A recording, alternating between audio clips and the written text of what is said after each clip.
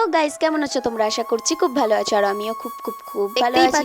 তোমরা তো চলো গাইস, আমি আমার ইন্ট্রোটা দিয়ে দিচ্ছি। Hello guys, good morning, back to my channel. তোমরা দেখছো সোনালী লাইফস্টাইল ব্লগস। গাইস, এটা আমি একটা নতুন ব্লগস ভিডিও নিয়ে আবার তোমাদের সাথে চলে এসেছি। তো এই ব্লগস ভিডিওটা হয়তো তোমাদের ভিডিওটা শেষ পর্যন্ত দেখতে থাকো, আর কিছু বলবো না, বেশি কথাও বলবো না। তো চলো, আমি বাইরে চলে এসেছি।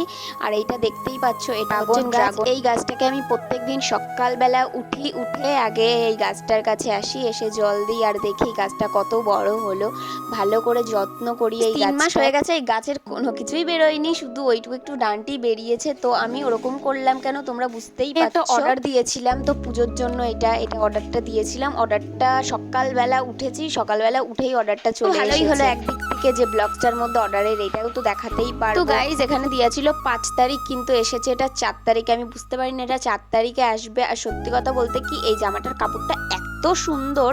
আমি প্রথমে অর্ডার দিতে ভয় পেতাম যে মিশোর জিনিস কেমন আসবে, থাক অর্ডার দেবো না। কিন্তু একটা অর্ডার দিয়ে দেখলাম, হ্যাঁ, এর আগেও আমি অনেক কিছু অর্ডার দিয়েছি, বাট ওগুলো হচ্ছে জিনিসপত্র দিয়েছি, জামা কাপড় অত দিইনি অর্ডার। কিন্তু আগের বারের জামা কাপড়টা খুবই খারাপ এসেছিল বলে ওর জন্য দিইনি। এবার একটা অর্ডার দিলাম, তো না, দেখলাম খুবই ভালো হয়েছে। তো আমি দেখো জামাটা পাল্টে আবার চলে আসলাম তোমাদের সাথে, মুখ চোখ ধুয়ে ব্রাশ ট্রাশ করে। এইবার ভাবতেই পারছো যে ব্রাশ করে মুখ চোখ ধুয়ে জামাটা পাল্টে কেন আসলাম তোমাদের সাথে।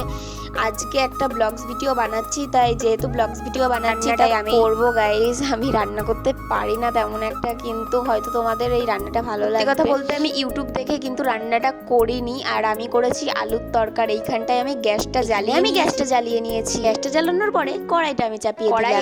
কড়াইটা একটু গরম হতে ততক্ষণে আমি দেখো আমি তেলটা ঢেলে দিলাম কড়াইয়ের মধ্যে। একটু বেশি তেলটা পড়ে গেছিল, কিন্তু কোনো ব্যাপার না।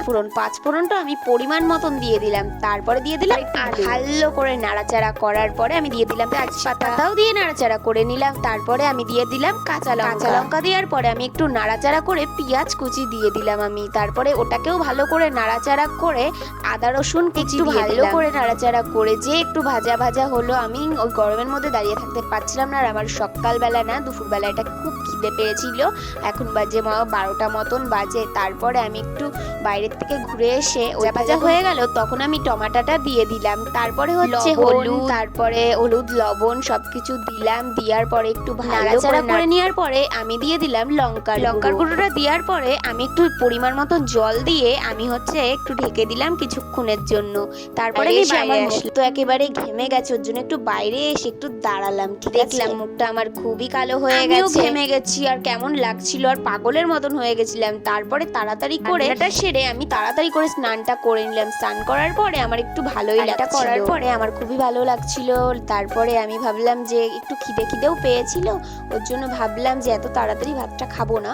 ওর জন্য ফ্রিজ খুললাম। প্রথমে ফ্রিজ খুলে দেখলাম ফ্রিজের মধ্যে কি আছে। ফ্রিজের মধ্যে সবসময়ের জন্যই খাবার থাকে, কারণ আমার একটু খিদেটা তো বেশি। তোমরা ফ্রিজটা খুলে দেখলাম ফ্রিজের মধ্যে এখানে ছিল পাউরুটিটা। নেওয়ার পরে আমি বাইরে চলে আসলাম, এসে একটা লাড্ডু দিয়ে আমি পুরো খেয়ে নিলাম, কারণ খুবই খিদে পেয়েছিল। সকাল ছিল খেতে পারিনি, কারণ সারাদিনই তো তোমাদের সাথে গল্প করছিলাম, ওর জন্য আমি সকালে বেলা রান্নাটা করেই দুপুরবেলা খেয়ে নিলাম। তারপরে খাওয়ার পরে যেহেতু আমি নিজে রান্না করেছিলাম, ওর জন্য আমি নিজেই তাড়াতাড়ি করে বেড়ে খেয়ে নিলাম। আমি আলুর তরকারিটা করলাম, আমার তো খুবই ভালো লেগেছে। ভিডিওটা তোমাদের কেমন লেগেছে অবশ্যই কমেন্ট করে বলবেন।